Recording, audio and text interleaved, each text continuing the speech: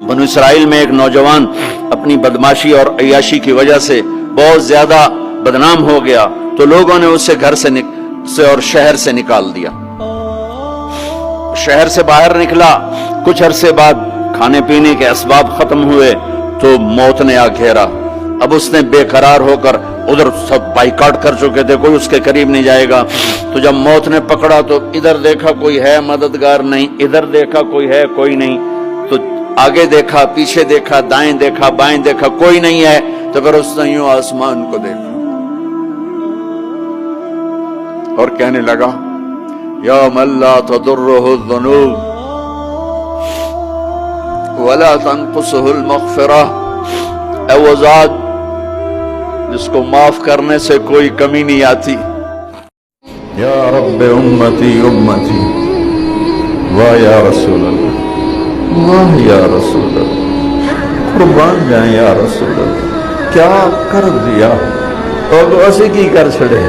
کسی بازار میں چلے جاؤ، جھوٹ بھی، ظلم بھی، جوا بھی، شراب بھی، نشے بھی، ہر شے ملے گی.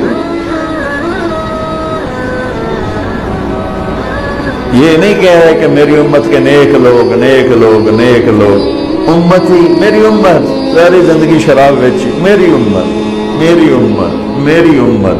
لوگ کہیں گے یہ کون ہے؟ ایک چھو آواز ہے. تمہاری نظریں گھومتے گھومتے جائیں گی تو دیکھو گے محمد مصطفیٰ صلی اللہ علیہ وسلم، جھولی بھی پھیلی ہوگی، ہاتھ میں اٹھے. عورت تو داستانی صبر کی ہے، کہانی صبر کی ہے.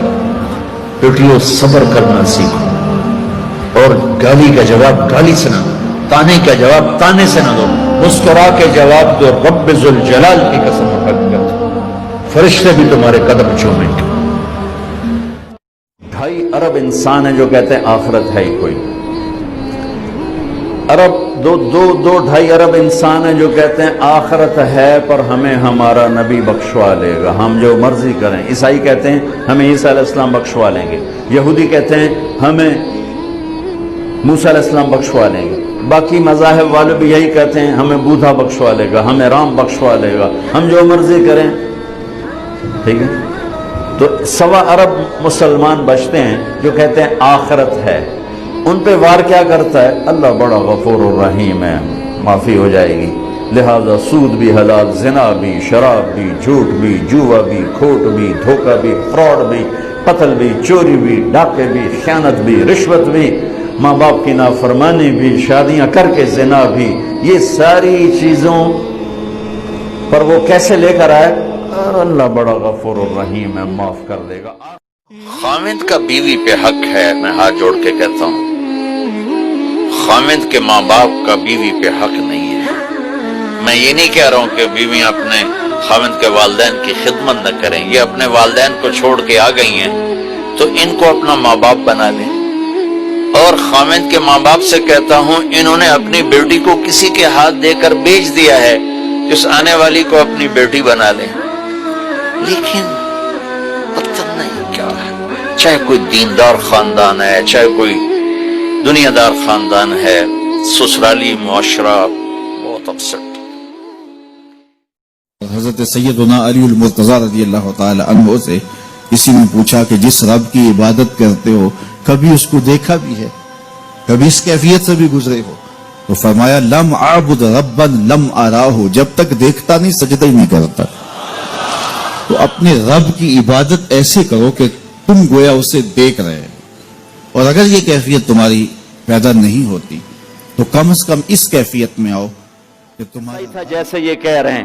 لیکن جب اس پر موت آئی، اس نے دائیں دیکھا، اسے کوئی نظر نہ آیا، اس نے بائیں دیکھا، اسے کوئی نظر نہ آیا، اس نے پھر میری طرف دیکھا. تو موسیٰ میری غیرت نے گوارا نہ کیا کہ جس کو سب چھوڑ جائیں اور وہ بے بسی میں مجھے پکارے اور میں اس کی پکار پہ لبیک نہ کہوں. اے موسیٰ، اس نے تو صرف اپنی بخشش مانگی، مجھے میری عزت کی قسم اگر آج مجھ سے پوری دنیا کے انسانوں کی بخشش مانگتا تو میں اس کی طفیل سب کو معاف کر دیتا. میرے عزیزوں، نوجوانوں، میرے بھائیوں، آؤ ہم اللہ کو منانے والی زندگی کی آج ابتدا کریں.